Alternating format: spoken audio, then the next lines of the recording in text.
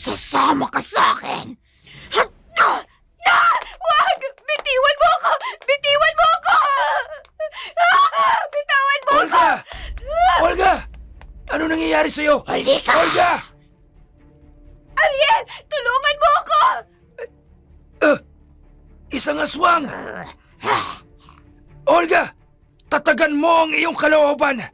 Kailangang manalangin tayo! Naririto na naman ang lalaking ito. Kung minsan ay nakakasilaw. Amang banal, ikaw ay makapangyarihan sa lahat. Huwag po ninyong ipahintulot na manaig ang kadiliman.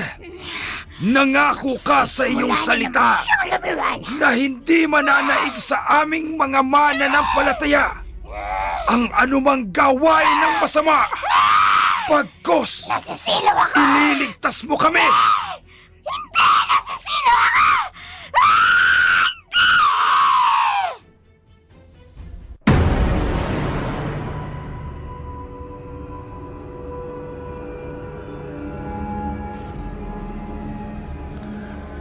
Ang dulang inyong mapapakinggan ay rated SPG.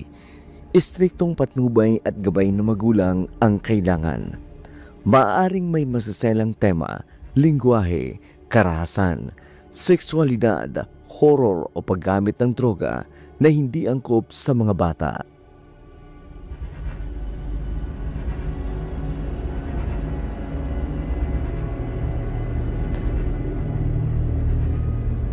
Isang mahalagang paalala, ang video na ito ay eksklusibong pag-aari ng Dark Shadow 101. Mahigpit pong ipinagbabawal ang pag-re-upload o paggamit nito sa ibang channel nang walang pahintulot.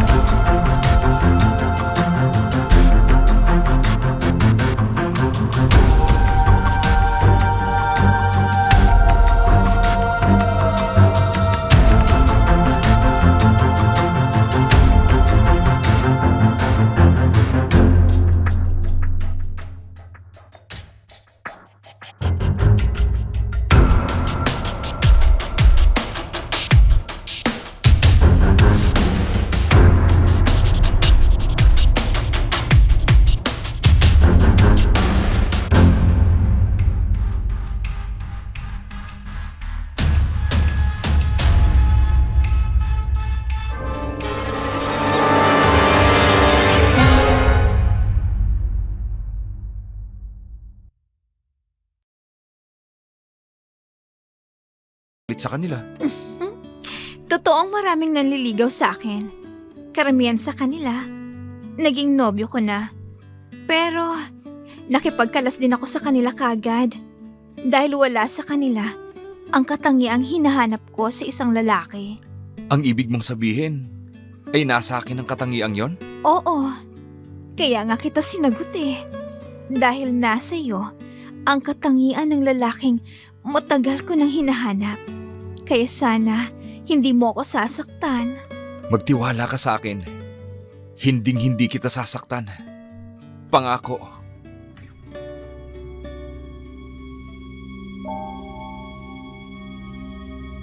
Sobrang saya ni Laila pagkatapos ng proposal. Habang pauwi, hindi niya mapigilang humiti. Lahat ng pangarap niya ay malapit ng maging totoo.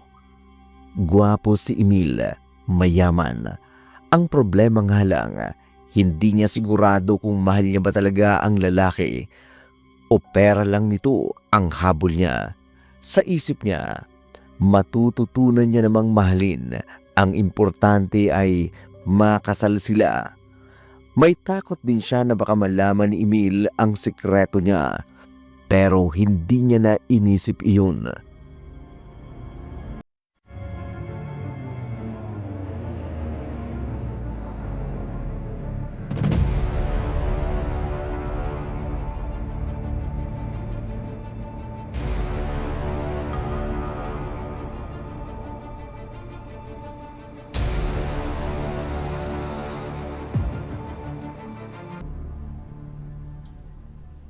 Talaga? Tinanggap po na ang pag-ibig ni Sir Emil? Oo, no. Baka maagaw pa siya sa akin ng iba eh. Teka, akala ko ba hindi mo siya mahal? Bakit ngayon parang natatakot ka na maagaw siya ng iba?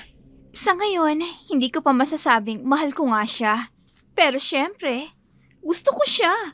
Sino ba naman ang hindi magkakagusto kay Emil? Gwapo, mabait, at higit sa lahat, mayaman. Sabagay, taglay nga naman ni Sir Emil ang katangian na matagal mo nang hinahanap sa isang lalaki. Gwapo na, mayaman pa. Sinabi mo pa. Pero paano ba yan? Hindi ka mo mahal. So paano ka sasaya kung hindi mo naman pala mahal? Matututunan ko na rin siyang mahalin, ano? Sabagay, madali lang namang mahalin ang isang tulad ni Sir Emil. Lalo na at ang kanyang mga bagay na mahirap hanapin sa isang lalaki. Sa mga panahong to gwapo, mayaman, at higit sa lahat, single. At ang pinakahigit sa lahat, ay mahal na mahal ako. Paano mo naman nasabing mahal na mahal ka ni Sir? Kasi, lahat ng gusto ko ibinibigay. Kulang na nga lang, magsabi ako ng kotse. O bakit hindi mo sabihin? Teka lang, konting pino muna. Baka kasi sabihin niyang kinukwartahan ko lang siya, no? Sabagay, hatid sundo ka naman ng kanyang kotse. Aanihin mo pa ang kotse? May driver ka na? Tama ka dyan. Hayan na pala siya eh. Oo nga, no? Teka, ano pang ginagawa ko dito? Di sisibat na ako. Ano? Hindi ko pa nga nauubos tong kinakain ko eh. Hi, ladies. Hi, sweetheart. Sige na, Laila. Umalis ka na. Sige na nga. Kanina pa ba kayo? Medyo. Hello, sir. Hi. Teka, bakit tumayo ka na? Dumating lang ako. Tumayo ka na. Kwan, sir. Tapos na akong kumain eh. Tapos ka nang kumain? Hindi mo pa nga nauubos yung kinakain mo. Kuwan kasi, hindi masyadong gusto ni Laila tong in-order niyang pagkain. Oo, tama nga po, sir. At saka isa pa, kanina pa kami kumakain ni Laila, di ba? Ay, oo nga, sir. So, mauna na po ko sa inyo, ha? O, sige na. Sige po, sir. Sige na, sabi. Kanina ka pa nagpapaalam. Ikaw naman, oo na nga, aalis na. Sige po. Ito talaga umiral na naman yung pagiging silosa mo. Ako? Nagsiselos? Naku, hindi Huwag mo nang ipagkaila dahil sa araw-araw nating pagsasama, Kilalang kilala na kita. Oo na. Sinabi ko naman sa'yo eh. Wala na akong ibang mamahalin kundi ikaw. Kaya tigilan mo na yung pagsiselos mo. Dahil hindi ako mawawala sa'yo. Okay?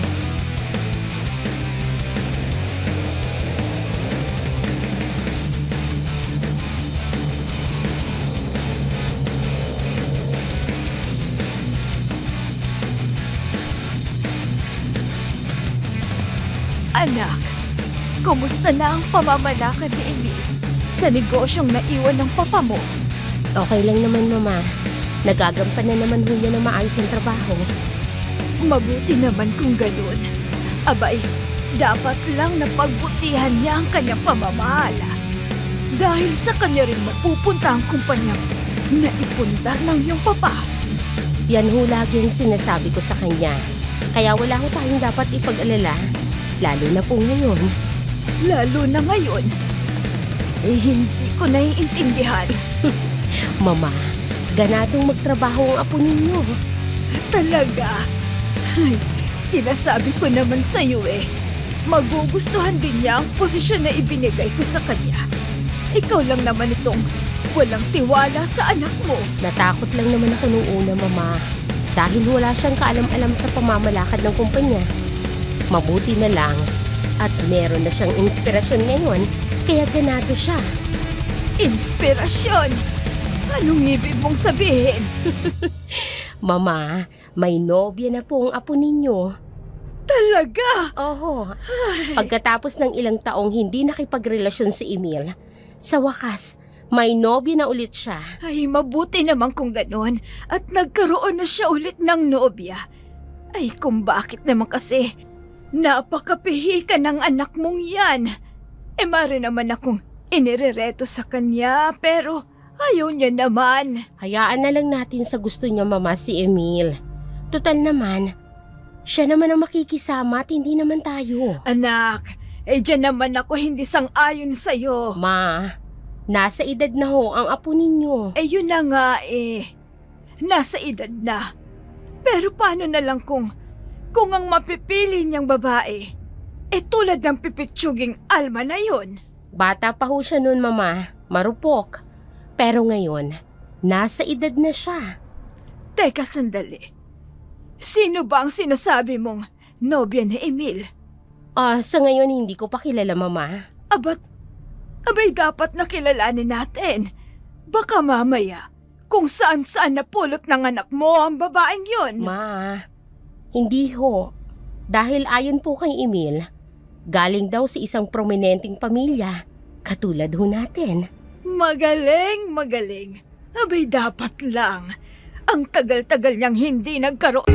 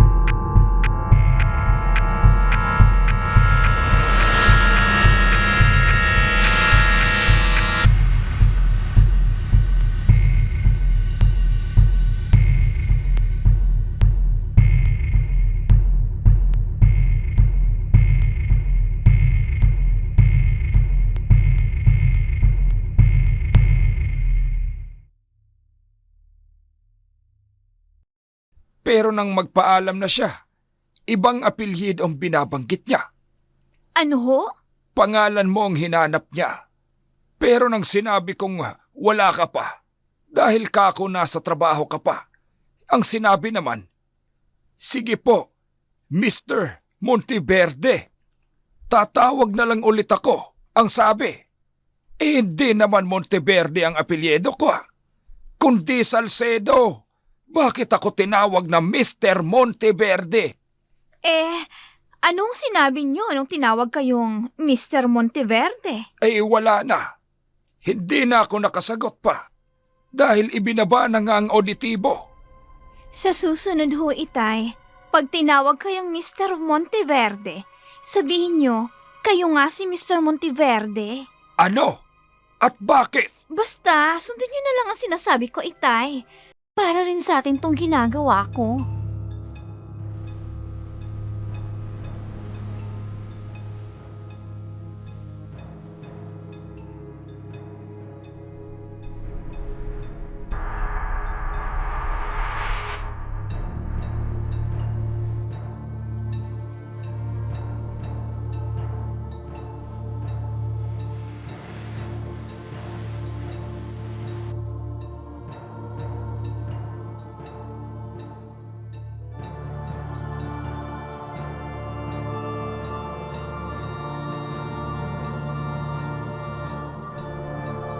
Oh, mukhang ang lalim ng iniisip mo ah. May problema ba? Oo, Ano yun? ang mami ko kasi. Bakit? Anong nangyari sa mami mo? Pinipilit na akong mag-asawa. Ha? Anong sabi mo? At bakit naman daw? Alam mo na, tumatanda na raw silang dalawa ng lola. Kaya kailangang mag-asawa na ako. Para makita pa raw ni lola ang magiging apo niya sa tuhod. Ano namang problema doon? Ang babaeng mahal ko, hindi ko alam kung gusto na niyang mag-asawa. Bakit hindi mo tanungin ang babaeng mahal mo? Ha? Anong ibig mong sabihin? Papayag ka nang magpakasal tayo? Bakit? Nag-propose ka na ba sa akin? Hindi ka pa nga nagpo-propose eh. Talaga? Tinatanggap mo na ang alok kong kasal? Paano ko naman tatanggapin? Wala ka pang inaalok na kasal sa akin eh. Ngayon, inaalok na kita ng kasal. Pahayag ka nga bang magpakasal sa akin?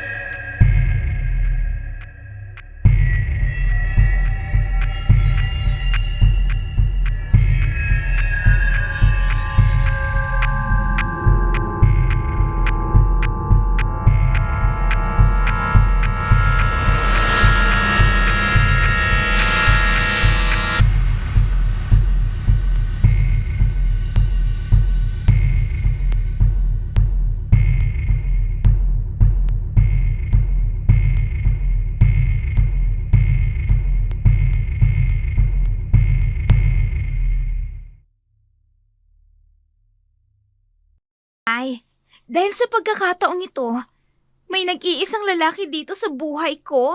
Abay, dapat lang. Dahil nagkakaedad ka na, kaya't kailangang seryosohin mo na ang buhay mo. Ay teka, sino ba ang nobyo mong yan? Anong pangalan? Emil ho ang pangalan ng nobyo ko. Emil.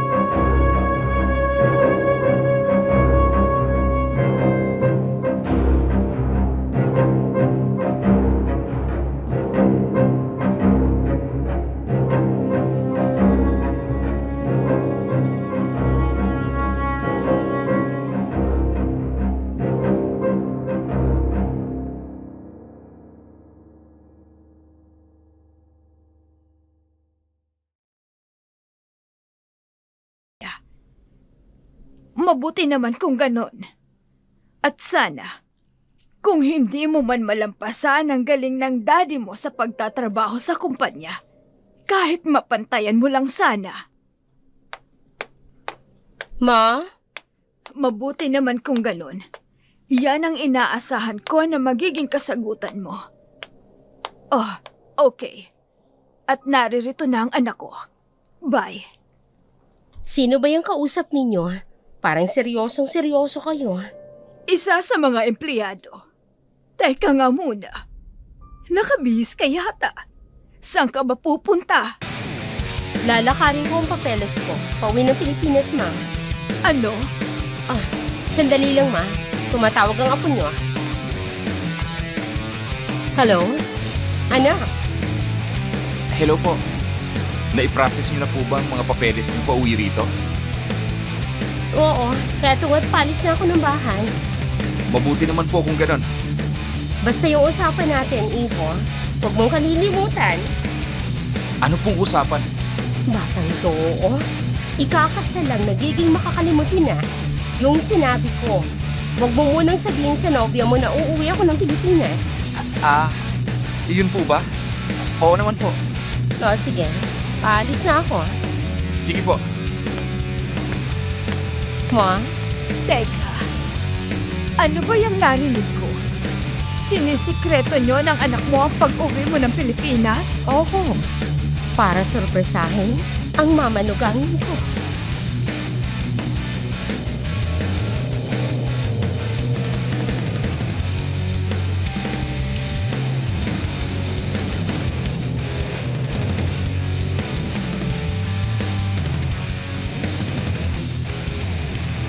Sigurado ka na sa desisyon mo?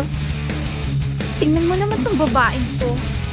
Nung sinabi kong sinagot na ako ni Emil, natuwa ka at kinilig pa. Eh ngayong inalok ako ng kasal at engaged na kami, bakit parang ayaw mo pa yata? Di naman sa ayaw. Eh kaya lang, hindi pa naman nagtatagal ang relasyon ninyo. Aba kailan lang nung sinagot mo siya. Tapos ikakasal na kayo kaagad. Wala pa yata kayong 3 buwan na magkarelasyon. Maiksi man nung matagal na ang relasyon namin. Ganun na rin yun. Sa pagpapakasal din ang kauuwian ng relasyon namin. Kaya, bakit pa namin patatagalin, hindi ba? Ang akin lang naman, hindi nyo pa kilala masyadong isa't isa. Makikilala rin namin ang isa't isa pag nagsasama na kami. O paano pala kung may ayaw ka sa kanya? Paano ka pa atras? Alalahanin mo ang kasabihan ha? Ang pag-aasawa, hindi parang kaning isusubo. Pag napaso, pwedeng iluwa. Friend, ano ka ba? Hindi ba't nabanggit ko na sa'yo noon na hindi importante sa akin kung mahal ako ni Emil o hindi? Ang importante sa akin, pakasalan na niya ako. At magiging ako na si Mrs. Olga Ayala. At magiging akin na ang kumpanyang pinaglilingkuran natin pareho. Sweetheart! Si Emil? Medyo seryoso yata ang pinag-uusapan ninyong dalawa. Oh, Laila, huwag mong sabihing aalis ka na naman. Kung kasi sir, May gagawin pa kasi siya sa office. oo, yun nga. May gagawin Anong pa. gagawin niya?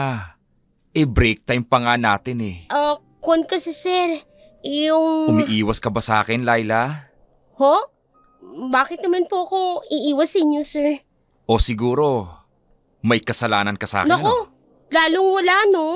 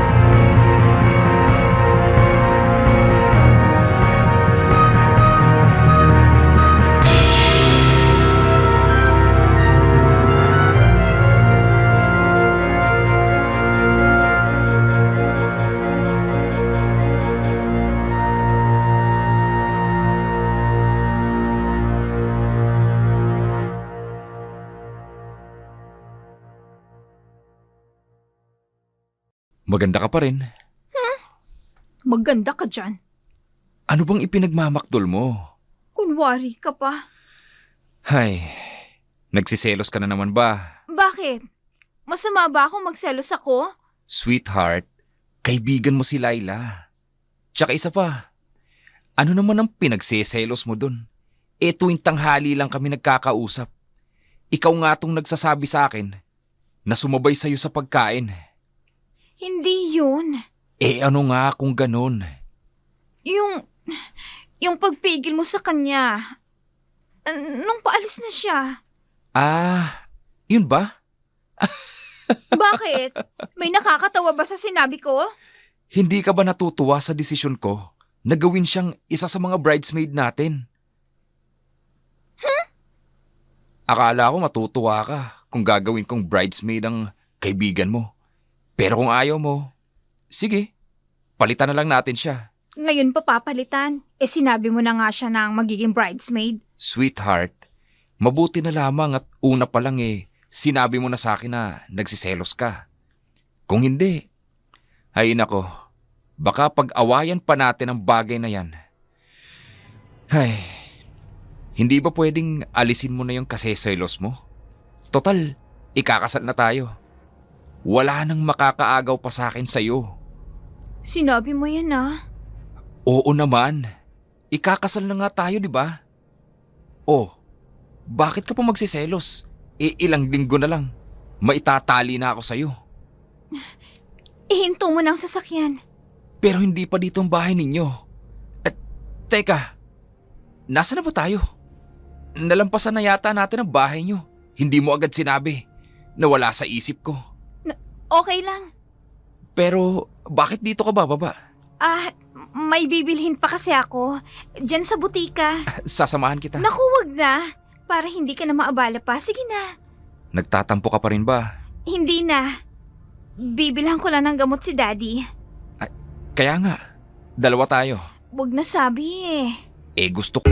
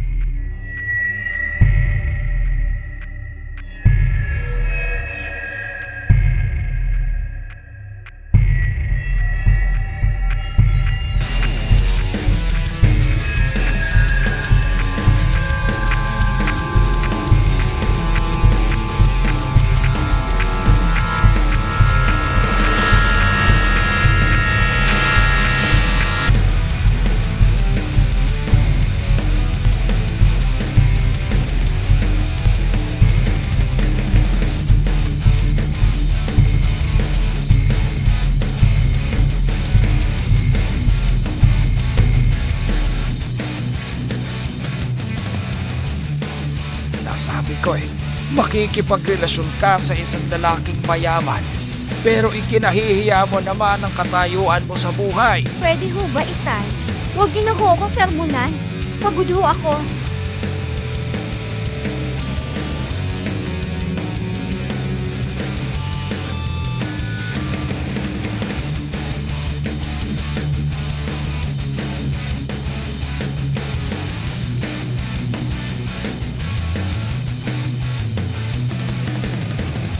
Paano man? Aalis na ako. Ayaw mo naman kasing isama ang isa sa mga anak ng Kuya Ipin mo. Pare-pareho may trabaho mga pamangkin ko, man. Iistorbohin ko pa ba sila? Kaya ko naman bumiyahing mag-isa. Inaalala ko kasi, hindi ka sanay biyumahing mag-isa. Ma, kaya na naman kayo. Ginagawa niyo ako na parang bata lagi. May apo na nga kayo. Parang bata pa rin ang tingin niyo sa akin. Anak, babae ka. Ayokong Ma, ang OA na masyado. sabihin mo na kahit na anong gusto mong sabihin. Basta ang gusto ko, nasisiguro ko na walang masamang mangyayari sa'yo. Ano naman hong masamang mangyayari sa akin? Ang tanda-tanda ko na, Ma. Para sa akin, ikaw pa rin ang baby ko. O siya, sige na o. Oo na. Wala na ho akong sinabi. Sapat ba ang pera mo? Siyempre naman. Ang ibig ko lang sabihin, dapat may hinahawakan kang cash at huwag kang mag-rely lagi sa mga card na yan. Dahil kung minsan, pumapalya ang mga automatic teller. Oo na, sabi na eh. At huwag mong kalimutang tumawag kagad pagdating sa airport. Huwag niyo na ho akong alalahanin, kundi ang sarili niyo. Kayo lang may iwan dito ha. Sigurado ho ba kayo na kaya niyo mag-isa rito sa bahay? Oo naman. Kung hindi, tawagin mo yung mga anak ni Kuya Ipe para samahan kayo rito. Anak, wag na. Kaya kong mag-isa dito sa bahay. Ako yung nag-aalala sa inyo. Alalahanin niyo, nagkakaedad na kayo. Sinabi ko ng kaya ko, anak. Ikaw nga dyan ang inaalala ko eh. Mag-isa kang babiyahe. Susunduin naman ako ng apo ninyo. Nagre-ring ang cellphone mo. Ang apo po ninyo tumatawag. Sandali lang. Hello, anak? May problema ba? Wala naman po. Gusto ko lang tanungin kung anong oras ang pagdating nyo dito sa atin. 2:00 ng hapon. Heto nga't palis na ako. Nagpapaalam na lang ako sa lola mo. Sige po, Mami. Pahalik na lang po kay Lola. At mag-ingat po kayo sa biyahe.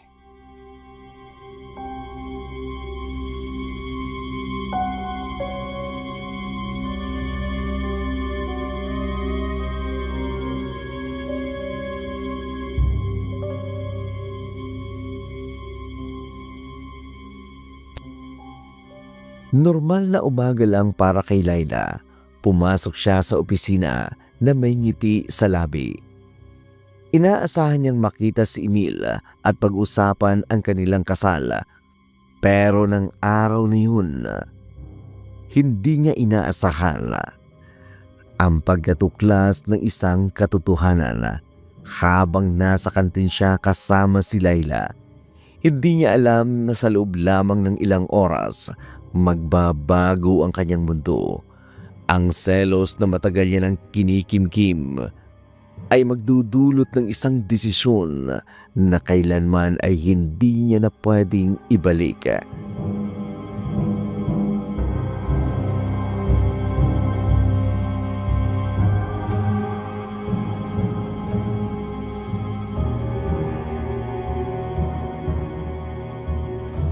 Hoy, kanina ka pa walang imik ha. May problema ba?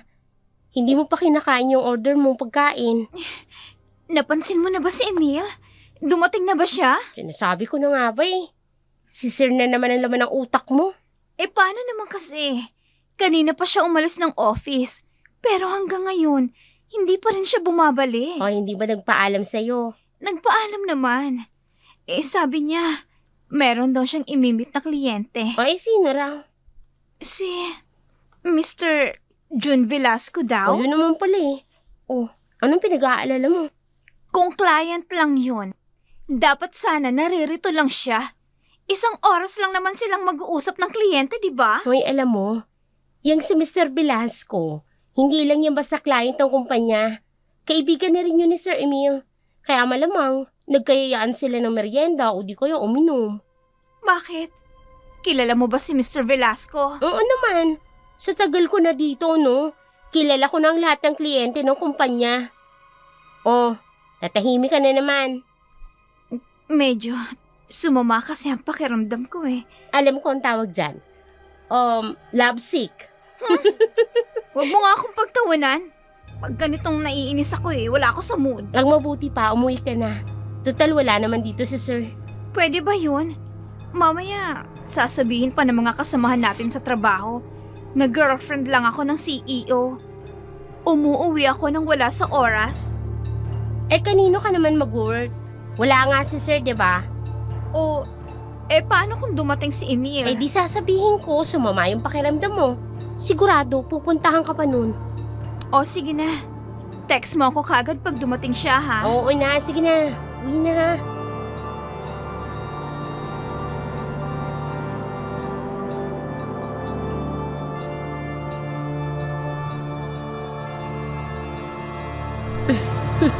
Yes, Iha? Maganda ka nga at sexy. Pero sa malayo lang pala. Iha? May problema ba? Kung sasabihin kong oo, anong gagawin mo? Teka, magkakilala ba tayo? Kung hindi ako nagkakamali, mas matanda ka sa akin ng ilang taon. Oo nga, matanda nga ako sa'yo. Dahil sa tingin ko, doble ang tanda ko sa'yo. Mabuti naman at alam mo, May sadya ka ba sa akin? sa palagay mo ba, papagurin ko ang sarili kong sundan ka nang wala akong sadya sa'yo? Ano ba talaga ang sadya mo? Hindi kaya nagkakamali ka lang, iha? Huwag mo akong tawaging iha. Ano ang sadya mo sa akin? Alam mo na palang matanda ka na. Pero, nilalandi mo pa rin ang nobyo ko. Kailan mo pa nilalandi ang nobyo ko, ha? Ano? Magsalita ka! Malandi! Teka muna. Hindi kasi kita naiintindihan. Hindi mo ako naiintindihan? Bakit? Ano ba ang ginagamit kong lengguwahe para hindi mo maintindihan?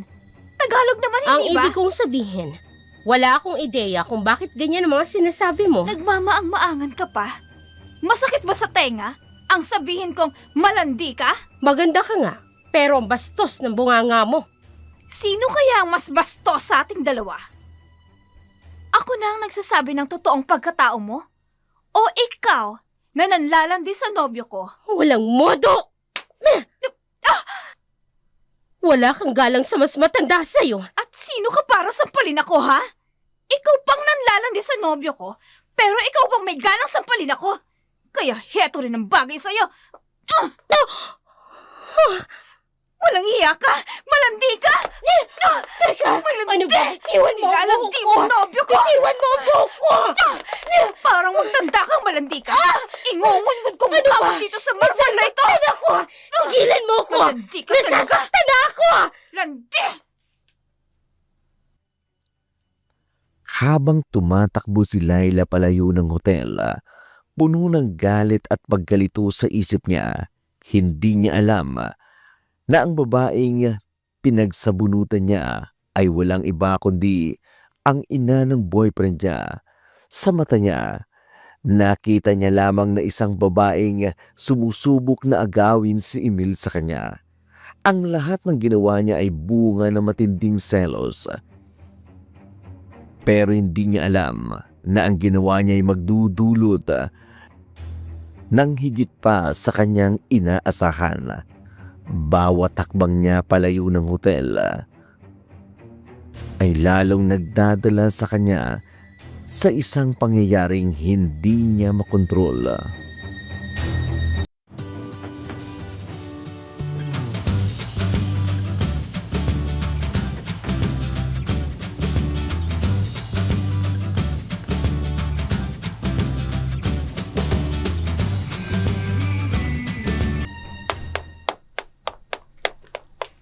Mami?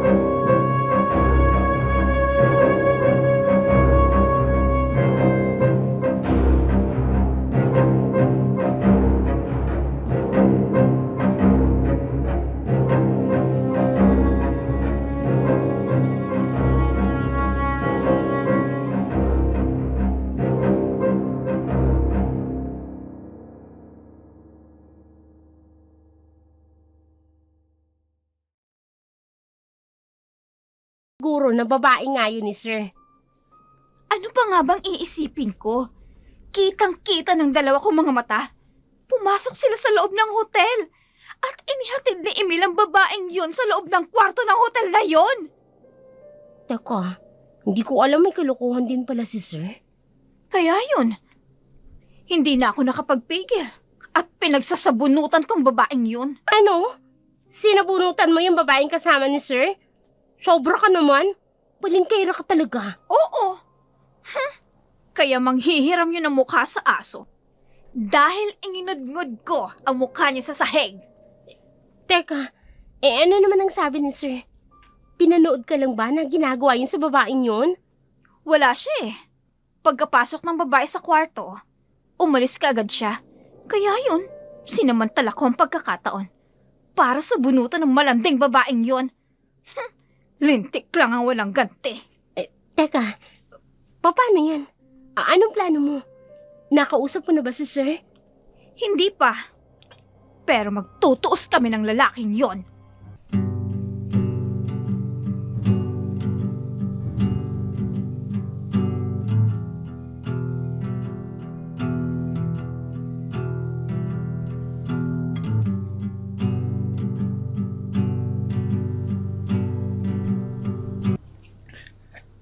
Pare, ano ba nangyari? Hindi rin namin alam, sir. Narinig lang naman po namin na sumisigaw ang mami nyo. Kaya agad kami nagpunta sa pinanggalingan ng boses. At yung sigaw. At yun na nga, sir. Nakita namin na ininungud-ngud sa sahig ang mukha ng mami mo. Nasaan na bang babaeng sinasabi nyo? Bigla po siyang tumakbo eh. Ano ba namang klaseng hotel to? Nagbayad ako ng gusto para lamang masakta ng mami ko? Sino bang babaeng yun? Sino siya? Luka-luka yata, boss. Tama nga yatang sinabi ng mami mo. Baliw ang babaeng yun. Paano may nakapasok na isang baliw dito sa eksklusibong hotel na to?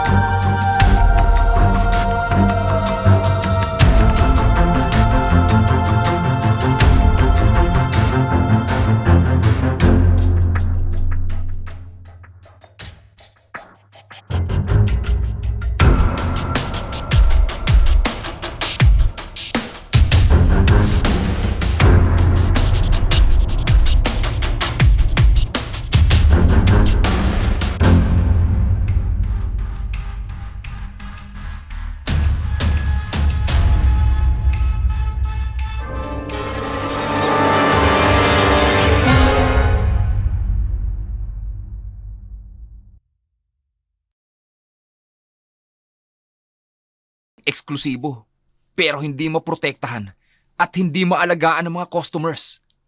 Uulitin ko pa rin sa'yo, Emil. Kung meron mang dapat idemanda dito, yung walang hiyang babae na siyang gumawa sa akin ng masama. Pero nasaan ang babaeng yun? Huwag kang mag-alala, Mami. At ipapahanap ko ang babaeng yun. Dapat lang. Dahil hindi ako makapapayag na hindi managot ang babaeng yun. Nagre-ring ang cellphone mo. Baka nobya mo na yan. Hindi po ang nobya ko, kundi si Laila.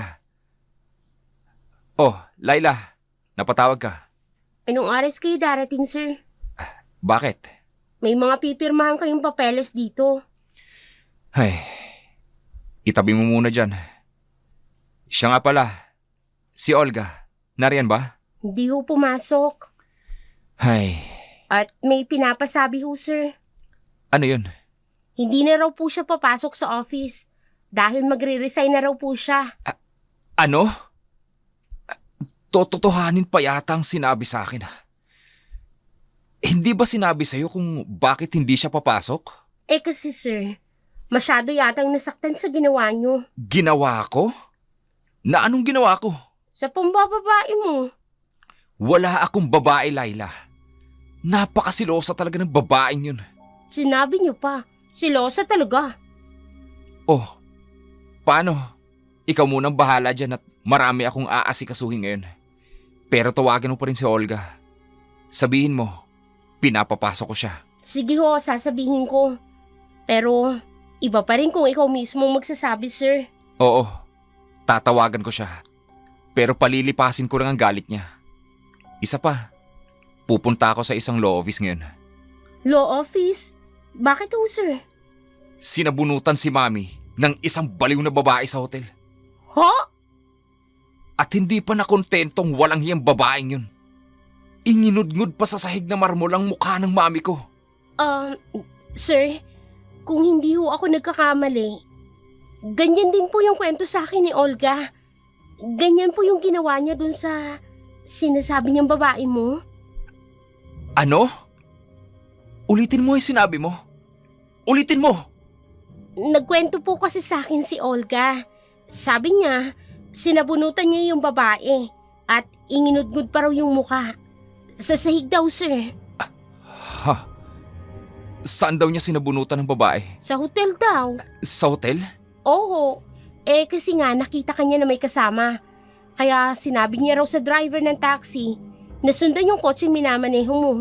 Tapos yun nga, nakita kang huminto sa harapan ng hotel. At yun, sumunod ho siya. Ha?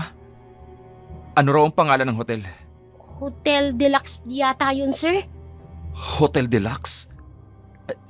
Laila, umalis ka dyan sa opisina ngayon at magkita tayo sa Hotel Deluxe. Naiintindihan ni Emil ang nangyari. Nagkakatugma ang lahat. Ang pag-alis ni Laila sa hotel, yung sugat ng ina niya, yung mga sinabi ni Laila sa telepono. Hindi niya gustong maniwala sa nakita niya sa CCTV footage. Pero nandoon ang pruweba sa harap niya. Ang girlfriend niya na mahal niya. Yun pa ang nanakit sa kanyang ina.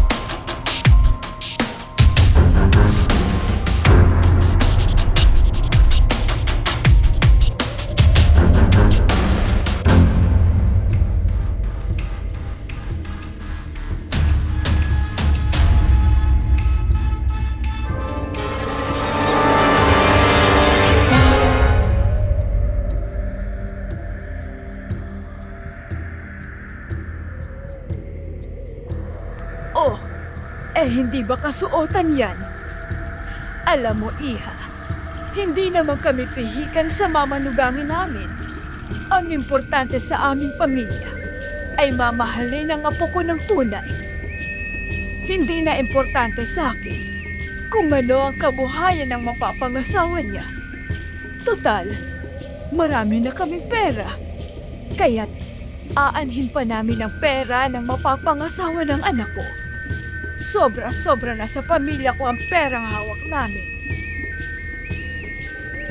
Kilala si Doña Consuelo na matalino, protektibo sa pamilya. Hindi niya pinalalampas ang mga sinasapit ng kanilang kapamilya. Galit na galit siya sa nangyari sa anak niya. Hindi niya makalimutan ang ginawa ni Laila kay Mami Emil. Kaya gumawa siya ng plano para magiganti. Tinawagan niya si Laila, inimbitahan sa bahay. Gusto niyang gantihan si Laila sa lahat ng sakita na ginawa nito sa pamilya niya. Hindi alam ni Laila ang maitim na balak ng matandang babae. Akala ni Laila, welcome party ang gaganapin para sa kanyang magiging mother-in-law.